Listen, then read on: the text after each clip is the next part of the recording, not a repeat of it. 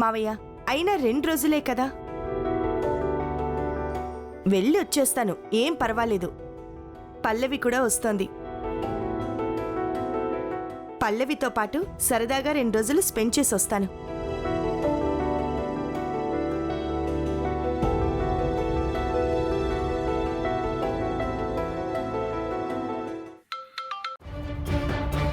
చెప్ mummy. Baby, మీరేదో summer క్యాంప్కి వెళ్తున్నారంట కదా. ఇక్కడ గుండమ్మ కూడా బట్టలు సర్దుతుంది. పల్లవికి అది తోడంట, ఆ గుండమ్మకి పల్లవి తోడంట. ఓ తెగ చెప్తుంది ఇక్కడ డైలాగులు. చెప్పని, అవే ఆఖరి డైలాగులు అవుతాయి. ఏమంటున్నా? ఏం లేదు, ఇక్కడ పల్లవి కూడా క్యాంపుకి వస్తుంది కదా. ఆ తల్లి కూతుళ్ళు ఇద్దరినీ కలిపి అటు నుంచట్టే పైకి పంపించడానికి ప్లాన్ చేశాం. నువ్వు సూపరే. నన్ను అవమానించినందుకు వాళ్ళిద్దరికీ అలాంటి శాస్తి జరగాల్సిందే. చూడు, లాస్ట్ టైం లాగా కాకుండా ఈసారి మాత్రం పక్కాగా ప్లాన్ చేయి.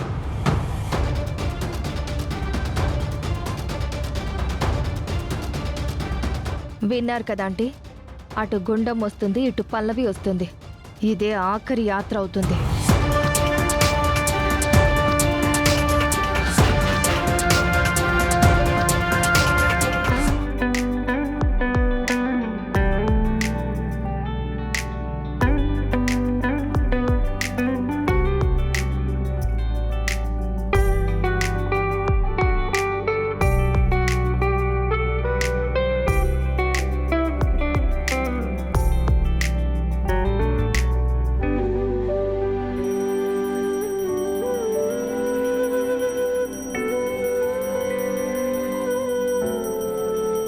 ఏంటి అప్పుడే తెల్లారిందా దీనికి పూజలు చేయడానికి?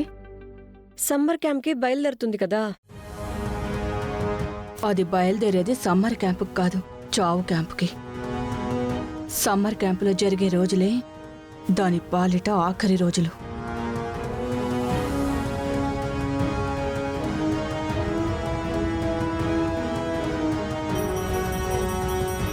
ఏంటి చిన్నదినా, ఆవిడ పూజ చేస్తోంది, నువ్వు చేయవా? చెయ్యను. ఏ, దేవుడంటే భయం లేదా? భక్తి లేదు. రెండూ కాదు, ఆశ లేదు. అవును, నాకు అర్జెంటుగా ఏమైనా కావాలి, సడన్ గా నేనేదో ఒకటి అయిపోవాలి అనుకున్న వాళ్లే దేవుణ్ణి అలా కాకా పడుతూ పూజలు చేస్తూ ఉంటారు. నాకు అలాంటి ఆశలేమీ లేవు. నాది అదే పాలసీ చిన్నదినా. ఆప్రా నీ పాలసీ నువ్వును. అందరూ దేవుడికి పూజ చేసేది ఏదో ఆశించి అవ్వాలని కాదు.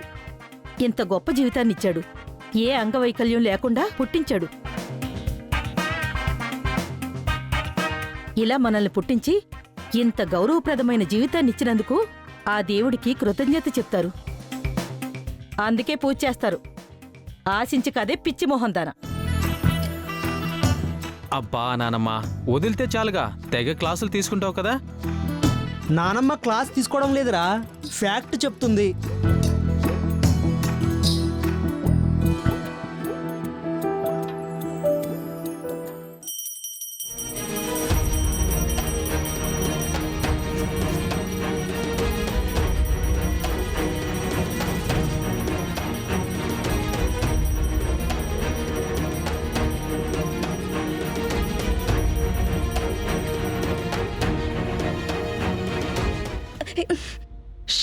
నువ్వేం చేస్తున్నావు? తన చున్నీ దీపానికి అంటుకునేలా ఉంది. అంటుకొని మనమేమీ ప్లాన్ చేయకుండా ఆ భగవంతుడే డైరెక్ట్గా తన సన్నిధానానికి తీసుకువెళ్లే ప్లాన్ చేస్తున్నట్టున్నాడు.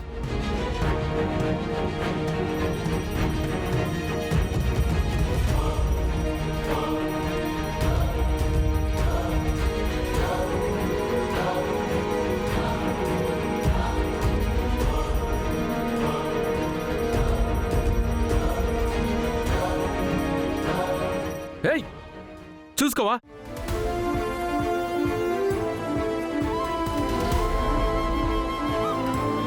రా. హే, బుద్ధుందా లేదా నీకు? ఏమైందిరా? ఏమైందేంటి, అందరూ ఇక్కడే ఉన్నారు. కొంచెం ఉంటే తన చున్నీ దీపానికి అంటుకునేది తెలుసా?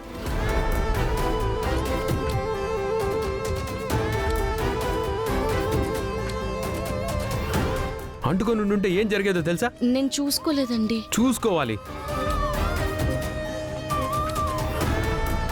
చుట్టూ దీపాలు పెట్టుకొని పొర్లు దండాలు పెట్టేయడం కాదు. అంటే తను చూసుకోకపోయినా ప్రేమగా తన్ని చూసుకోవడానికి నువ్వున్నావని ధీమా అయి ఉంటుందిలేరా. ప్రేమ అవును మరి, ప్రేమ ఉంది కాబట్టే మాకెవ్వరికి కనిపించింది, నీకు కనిపించింది. దగ్గరున్న మేం రియాక్ట్ అవ్వలేదు, ఎక్కడో ఉన్న నువ్వు రియాక్ట్ అయ్యావు. వాడొచ్చి దాన్ని కాపాడింది ప్రేమతో కాదురా, మానవత్వంతో. తన చున్నీ అంటుకోవడం నేను చూస్తుంటే నేను అదే పని చేసేదాన్ని. లేదులే మమ్మీ, నువ్వు చేయడానికి అన్నయ్య చేయడానికి చాలా తేడా ఉంది. ఏంట్రా తేడా? ఏ తేడా లేదు, ఏ ప్రేమ లేదు. సరే సరే, గొడవలు ఎందుకు? క్యాంపుకి వెళ్ళాలి కదా, బయలుదేరదాం పదండి.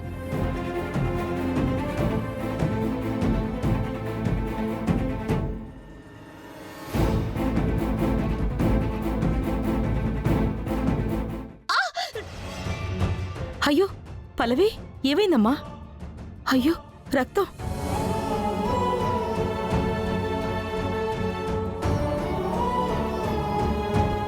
ఏమైందమ్మా? అయ్యో ఏం లేదు మావయ్య గారు. అయ్యో ఏంటి? శుభం అని బయలుదేరుతుంటే రక్తం కళ్ళ చూడాల్సి వచ్చింది. నువ్వీరోజు సమ్మర్ క్యాంప్కి వెళ్ళాలంటావా? అదేంటి నానమ్మా అలా అంటున్నావు? లేదురా, ప్రయాణానికి వెళ్లే ముందు ఇలా రక్తం కనబడ్డం అపశకునం అంటారా. అంతేకాదు, మీకు చెప్పలేదు కానీ రాత్రి కూడా నాకేవో పిచ్చి కళ్ళొచ్చాయి. అమ్మా, నా మాట వినమ్మా, సమ్మర్ క్యాంప్ మానేస్తే బెటర్. నానమ్మ చెప్తుంది కదా, ఎందుకు ఆవిడ బాధ పెట్టడం? ఉండిపో. నేనుండిపోతే మీరొక్కరే వెళ్ళి సమ్మర్ క్యాంప్ ని ఎంజాయ్ చేద్దాం అనుకుంటున్నారా? బామ్మగారు ఏం కాదు, మీరు అనవసరంగా భయపడకండి. నాకేం కాదు, నేనెలా వెళ్తాను అలాగే వచ్చేస్తాను. నానమ్మ, టైంకి మందులు అవి వేసుకో. నువ్వు నాకు ఆ విషయం ఏం చెప్పక్కర్లేదురా. నీకంటే ముందుగానే నా మనవరాలు ఏ టైంకి ఏం వేసుకోవాలి మందులు స్లిప్లు తీసి దాని మీద లేబుల్ రాసి మరీ పెట్టింది. నేను కన్ఫ్యూజ్ అవ్వకుండా ఉండడానికి మంచి చెడ్డలు నా మనవరాలు చూసుకుంటుంది. ఆహా, అయితే గొప్పలే. సరే బయలుదేరదాం పదండి. పల్లవి జాగ్రత్తమ్మా. ఏం పర్వాలేదు బామ్మగారు, మీరు ధైర్యంగా ఉండండి. ఇప్పుడు ఇంటి నుంచి 6 వెళ్తున్నాం, తిరిగొచ్చేది 5.